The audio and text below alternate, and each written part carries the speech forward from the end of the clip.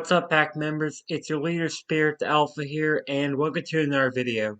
So, this time around, I'm going to be doing my rankings of the Marvel Cinematic Universe, all of Phase 4, I believe. Let me double check that real quick. Yeah, Phase 4, and just a little bit of Phase 5. I say just a little bit because obviously Phase 5 is still ongoing, and, there's some movies that are not released yet, but I'll do what I can.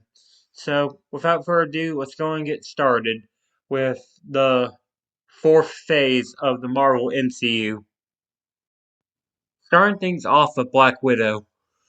Okay, this movie gives me kind of mixed feelings. To start, it felt kind of weird seeing Black Widow back again after seeing her die in Endgame. Well, spoiler alert, but that movie's been out for a couple years now, so it doesn't really matter.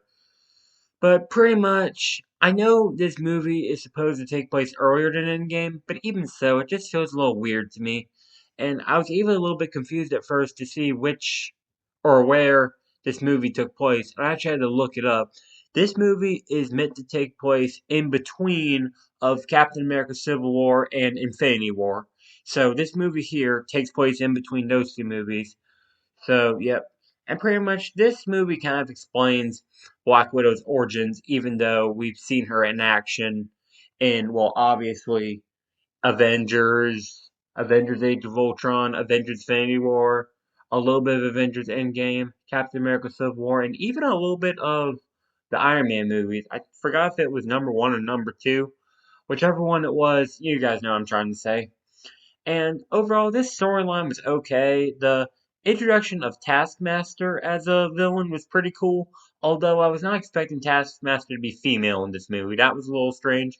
And on top of that, the main antagonist of this movie, I can't even remember his name, but he was a truly bad villain. Like, he was pathetic. He's so pathetic, I can't even care to remember his name.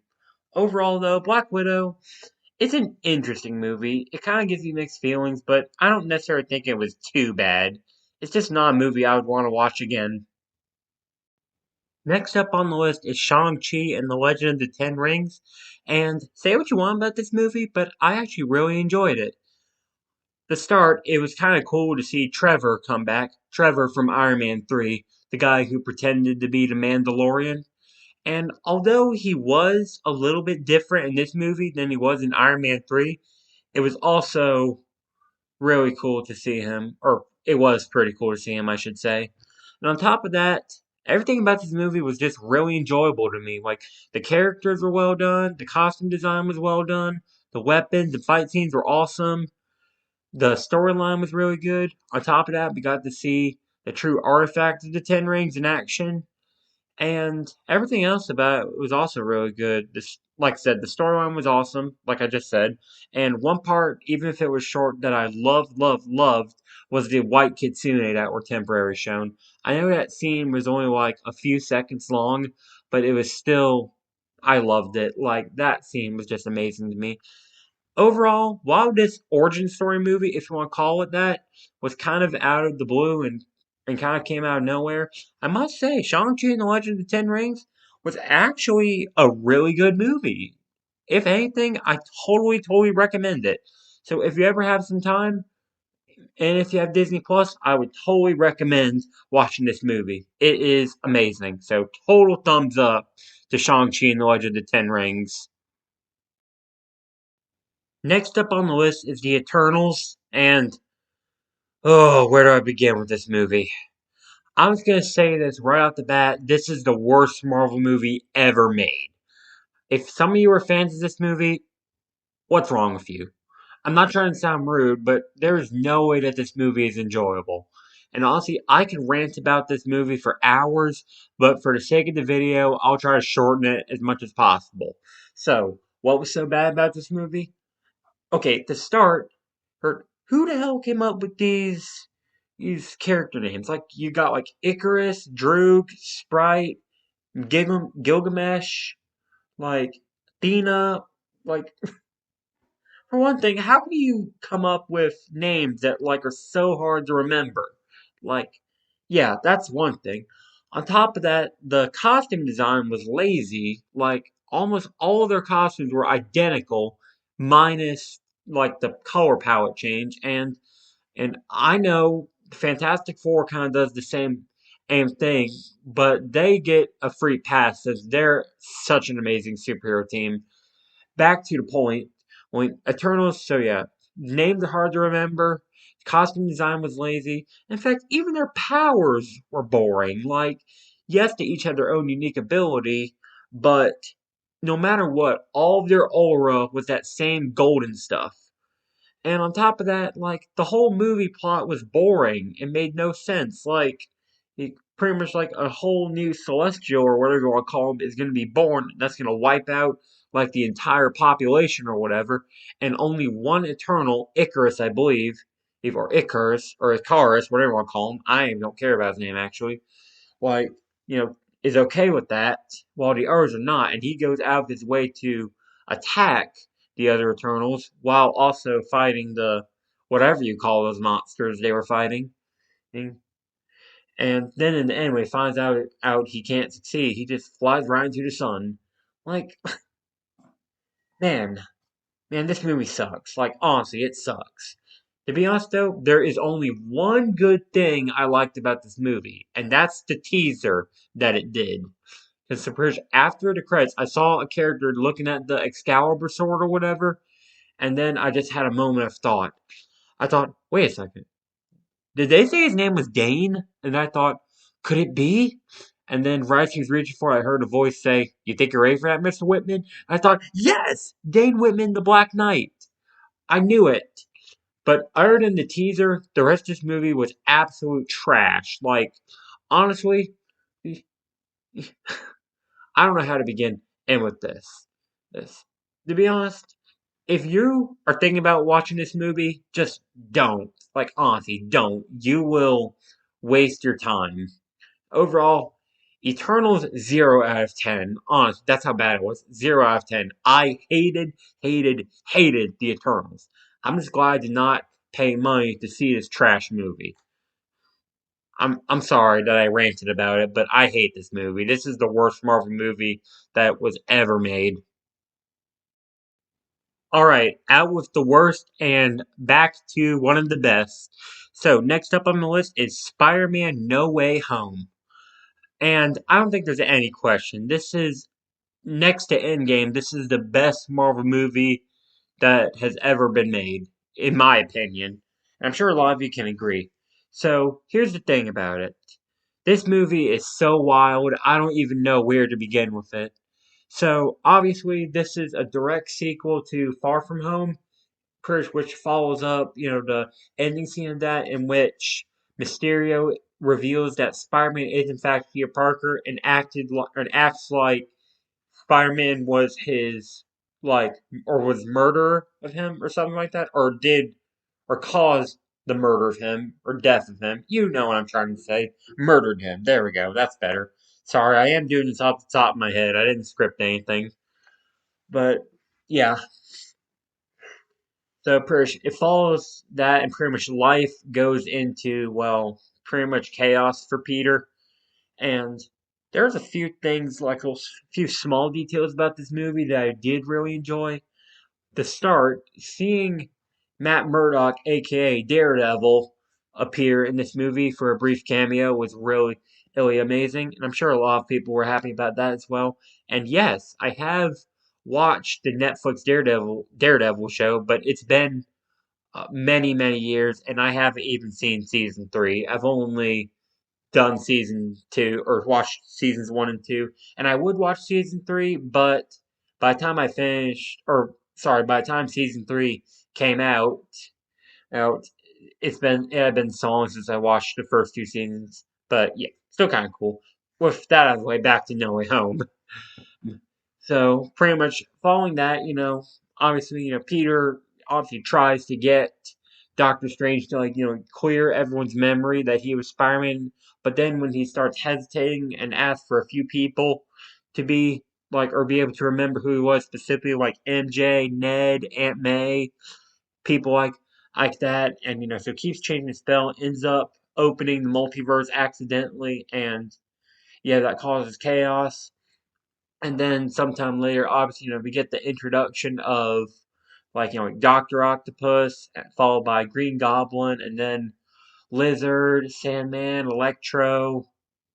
Those characters, pretty much every character or every villain from the previous Spider-Man movies, excluding Venom from Spider-Man 3 and Rhino from the very end of The Amazing Spider-Man 2. But yeah, still kind of cool. And one thing that I thought was really cool about the villains is actually something that I'll say towards the end of this discussion. But pretty much, obviously, throughout time, Peter tries to cure all the villains, before sending them back so they can live better lives, only for or Green Goblin, or I guess Norman Osborn specifically, to go all Green Goblin on him and cause a bunch of chaos. Of course, Doc Ock got cured first, but still. And that person ends in the death of Aunt May, spoiler alert, and sends Peter into depression. And then, obviously Andrew Garfield and Tobey Maguire obviously come in and, they help like Tom Holland's Spider-Man to fight off all the villains. And, in the end, they all get cured and they like, and the whole world forgets who Spider-Man is, which seems a little excessive to me, but still kind of cool. I understand why they did it. And while Rhino and Electro weren't, I mean, sorry, Rhino and Spider-Man 3 Venom weren't truly a part of this movie, I'm glad that they made a reference to them. And that's another thing about reference, or about this movie, is the references. If you've seen all the other Spider-Man movies, you will get every reference, and it is much more enjoyable. And on top of that, props to the actors, especially William Dafoe. Like William Dafoe, he was like 60 something years old when this movie was made, and he did all of his own stunts. So props to him. And on top of that, I also love how each and every Spider-Man actor and villain actor came back. The only two that did not come back, I can't remember their names off the top of my head, are Sandman's actor and Lizard's actor. But as far as I've heard, they got the same people to do the voices for them, but the actors themselves never stepped foot on set. But every other actor like Doc Ock, Green Goblin, and Electro, they all came back. And that was kind of strange when I found out that Sandman and Lizard's changing back were actually just taken from Spider-Man 3 and The Amazing Spider-Man. But it's still kind of cool. And in the end, I say this movie is a 10 out of 10. If you have not seen this movie, you need to see it. It is amazing. Next to Endgame, it is the best. So Spider-Man No Way Home, best Marvel movie by far next to Endgame. Awesome movie. Just awesome. Moving on to Doctor Strange and the Multiverse of Madness. Again, this is a movie I did enjoy, but this movie itself did get a lot of mixed feelings, especially hate, for a few reasons. Now, before we begin, I do want to say again, I am someone who enjoyed this movie, but I do have a few things to say about it. Okay, so to start, this movie doesn't take place at any specific time, obviously after No Way Home, but pretty much the whole idea behind this is pretty much it, a, a mysterious enemy known as a Gargantos or whatever appears, and the introduction of America Chavez is also really cool. I liked her as a new character, even if she was kind of a minor character in the movie. She was still pretty cool in my opinion, and pretty much, Doctor Strange meets this girl, and she explains everything to him, and then pretty much when he goes to see Wanda about it, it's revealed that she's the one who was after America from the start, or America Chavez. I'm gonna say America Chavez, so you don't get confused. But pretty much, and this pretty much reveals Scarlet Witch is the main villain of the movie, which I actually forgot all about her villain days, which started out in Age of Ultron. But I'm not going to get into detail about that. I've already talked about Age of Ultron. In any case, so obviously Wanda, or Scarlet Witch specifically, who's possessed by the Darkhold or corrupted by the Darkhold, obviously, she wants to take America Chavez's power so she can be with her boys Billy and Tommy, because apparently this is the one universe where they do not exist, and pretty much at the end of it all, they end up going into another universe, causing a very graphic scene. I'll talk about that in a second. And pretty much in the end, she realizes what she was doing was wrong and knows that her boys will still be loved even if they're not in the same universe. And pretty much in the end, she destroys like the Darkhold or whatever. Although it's not entirely known if she's dead or not. Honestly, some people are saying she's dead, but me, I don't know if she's truly dead or not. So, yeah, I'm not sure. But anyway, now on to the earlier stuff. I kind of skipped around a bit because I have a few things to talk about. But pretty much the graphic scene in the movie, which is the Illuminati versus Scarlet Witch fight, pretty much this scene was pretty graphic. I think a lot of you can agree. Now here's the thing though, I'm all about like good fight scenes, but this fight scene was brutal to watch. Like honestly, I don't even get scared easily, but I'm not gonna lie. The whole what mouth scene, which I'm sure you all know about good and well at this point, that actually made my heart like skip a beat for a second. I almost how much I was like, oh gosh, man, yeah, that actually caught me off guard. And yep, personally, all the Illuminati deaths were very graphic, and it's like arguable which death was more graphic. Well, because there's three good options. Like, I would say the most graphic death was either Black Bolt, Professor X, or well, oh Captain Carter. So oh, yep. All three of the deaths were very like brutal. Like you would be the judge of which one was the most brutal. But for me, I can't pick between those three. And speaking of the Illuminati, here's what I thought of all the members. Baron Mordo, he sucks. I just don't like him at all. He's rude. He's annoying. Then moving on to Captain Carter, it's always cool seeing Peggy Carter as Captain America. Then Black Bolt from the Inhumans. Never watched the Inhumans, but I know about Black Bolt good and well. I expect to see him. And then I don't say Captain Carter, Captain America, the Rambo version of Captain Marvel. She was okay. She was also just kind of a basic character to me. And then Professor X would have been a lot bigger deal if it wasn't spoiled by fans and leaks or even the trailer. So that really wasn't a big surprise to me. But not gonna lie, Reed Richards as Reed Richards, Mr. Fantastic. That really made me happy because I'm a massive Fantastic Four fan, like I mentioned.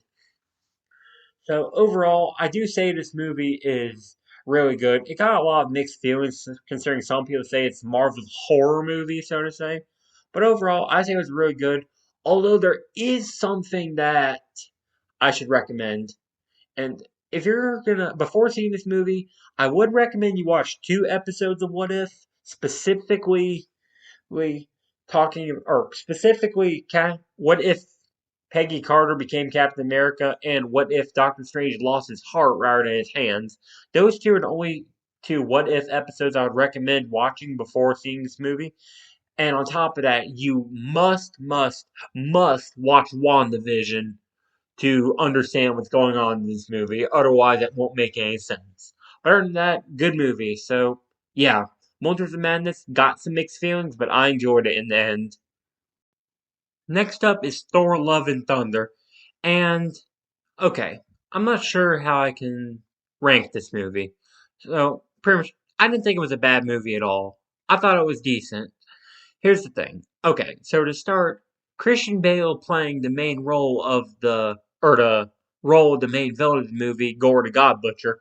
I think he nailed the role, and I had a feeling he would do a good job because obviously Christian Bale he played Batman like a badass. I mean, nothing wrong with Michael Keaton, but Christian Bale as Batman was awesome, and I felt like that if he could play a dark-hearted character like Batman, or not dark-hearted, but dark and brooding character like Batman so well, I was sure he would be able to play a villain character very well, and I say he did an awesome job. So, but obviously this movie involves like Thor reuniting with Jane Foster, who has cancer but is somehow staying alive due to Milner somehow keeping her alive. A little bit complicated on how that works, but on top of that, Milner can also split into a bunch of different fragments, and those can like fly around and attack, which is actually kind of awesome to see on screen. And they can reform back into the hammer, so that's another thing pretty cool. And Jane as Thor. They refer to her as the Mighty Thor, which is kind of strange to me, but still kind of cool. And on top of that, I think Thor's new outfit is also kind of cool. I like the shiny gold and blue and all that jazz, so that was pretty cool. And overall, they're trying to keep Gore the God Butcher, who has the ebony sword, from reaching the being called eternity. And I'm happy that the movie had a happy ending. It's kind of good to see a villain have somewhat of a change of heart. I mean, it's not often in Marvel movies where a villain has a change of heart. I think the only exceptions were like, I don't even know. I think the only exceptions were like, well, Bucky or the Winter Soldier from Captain America and the Winter Soldier. And I guess even Loki technically had a change of heart before his death in Infinity War, but, still. But it's not often a villain is introduced and then has a change of heart by the end of the movie, especially in a Marvel movie. Overall, though, Thor Love and Thunder, I thought it was a good movie. Now, no, I do not think it was as good as Ragnarok. Maybe it's because of the Fenris Wolf or Fenrir, but Thor Ragnarok is always going to be my favorite Thor movie. That's just me. But Thor Love and Thunder, not a bad movie. I kind of liked it. Alright, and wrapping up Phase 4 with Black Panther Wakanda Forever. Alright, so, again, this is a movie that I thought was okay, but also pretty enjoyable. So, to start things off, I was super happy that they paid a like respect and tribute to Chadwick Boseman. So, yep, I'm super happy that they did that. Like, rest in peace, Chadwick Boseman. You will forever, forever be missed. You were such an amazing actor. But pretty much, obviously, after the paid respects to him, this movie kind of goes in many different directions. Obviously, the main villain of this movie is Namor, and that kind of surprised that he was a villain since I thought Namor was like a hero in the comic books, but then again, I don't read the comic books. And this is something totally different, but pretty much one thing that I find it weird is the fact that the Lego sets of Wakanda Forever, which I do have all four of, by the way, for the King Namor figure, I feel like, or not feel like, but one thing that I found was weird that in the movie he clearly has facial hair, but the Lego figure has no facial hair whatsoever. That's kind of strange to me. But that's not really a big deal when it comes to ranking this movie.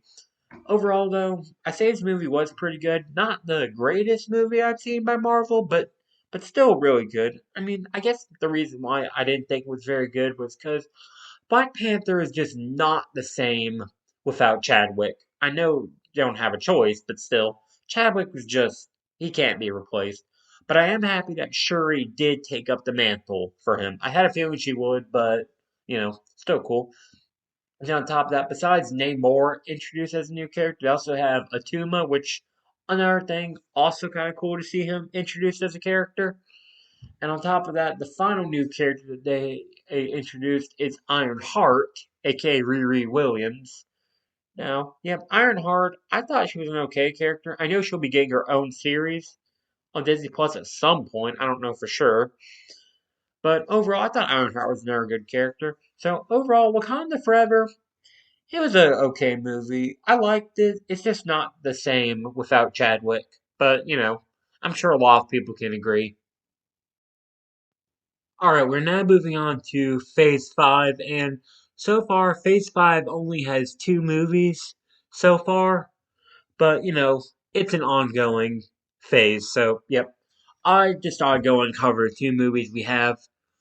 So, starting off, we have Ant-Man the Wasp Quantumania, and personally, I don't even like the Ant-Man movies all that good, but I'm not gonna lie, Quantumania was actually not bad. And if anything, I feel like Quantumania was actually the best Ant-Man movie by far. Or, I mean, better than Ant-Man and the Wasp, that's for sure. Pretty much, this this movie kind of takes place mostly in the quantum realm for the most part, and the main villain is Kang the Conqueror. So, I thought he did a good job, or whoever played Kang the Conqueror did a good job as the character. He was definitely a really good villain.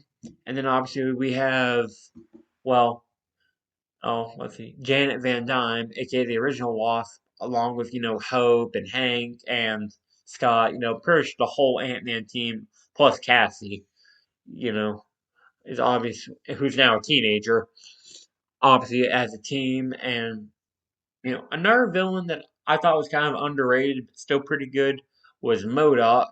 And I know this is the idea that I knew this was coming, but like Darren Cross, aka Yellow Jacket from the original Ant-Man movie, the fact that he became MODOK since he was trapped in the quantum realm for all these years, that was kind of an interesting way to do his origin story. And I did like how like MODOK had that like mask that made him look closer to the comic books. And then when the mask lifted up, you can see the true face of Darren Cross.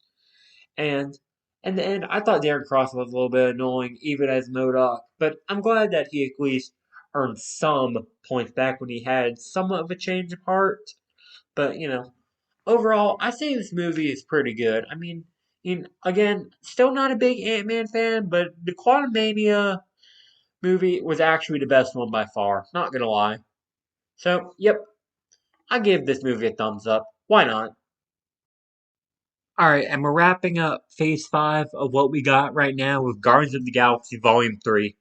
And much like I said for Guardians of the Galaxy Volume 1 and Volume 2, I'm just not a big Guardians fan. I didn't dislike this movie, but it just wasn't my cup of tea. Like, I mean, it definitely made me respect Rocket Raccoon a little more. It shows just why he was like, like the or had that personality he did in the first two volumes. But, still, I think a character of this movie I did like though was, well, Cosmo the Space Dog. Even if it was even if Cosmo was a minor character, I did actually think Cosmo was funny. So that was really good. And on top of that, the enemies or the villains in the movie, I thought Adam Warlock was going to be the main antagonist, but he turned out to be more of a minor antagonist than anything. But it did mean a lot to me when he had a change of heart towards the end. And yeah, and the main enemy of the movie, I can't remember his name now, but I don't think he was the best enemy, but he was still fairly decent. But overall, I don't think Guardians of the Galaxy Volume 3 is my favorite movie of Marvel because I'm not a big Guardians of the Galaxy fan. But I do agree that this movie did make me respect Rocket Raccoon a little bit more. Not by much, but by a little bit more. So overall, movie was okay. That's just me though. Alright, pack members, so that wraps up this video. Sorry it was such a long video, but I feel like I did get a little carried away talking about like how much I didn't like the Eternals, and then I spent a good bit of time on No Way Home and then the Multiverse of Madness. I'm sorry for that. I didn't mean to talk that much about those two movies, but I feel like I got the most detail out of it all. So overall, that's all the Marvel movies that have been released up to this point. And obviously, the next Marvel movie that's coming out is The Marvels, which is obviously going to be Carol Danvers, Captain Marvel, Monica Rambeau, Monica Rambeau, yes, aka Photon, apparently. And then the final one is, well, obviously Kamala Khan, Miss Marvel from the miniseries. So, yep, I am looking forward to that movie. I wasn't a big fan of the original Captain Marvel movie, but maybe this movie will be really good. Who knows? But like I said before, like we're not going to discover this movie until it's released in November. So, yep, it's on the beginning of October. So, yep, in just a little over a month, I'll be able to watch the Marvels and maybe give my review on it. Over, anyhow, though, I think that just about wraps up this video. So until next time, this is Spirit the Alpha signing out. I'll see you guys back in the pack.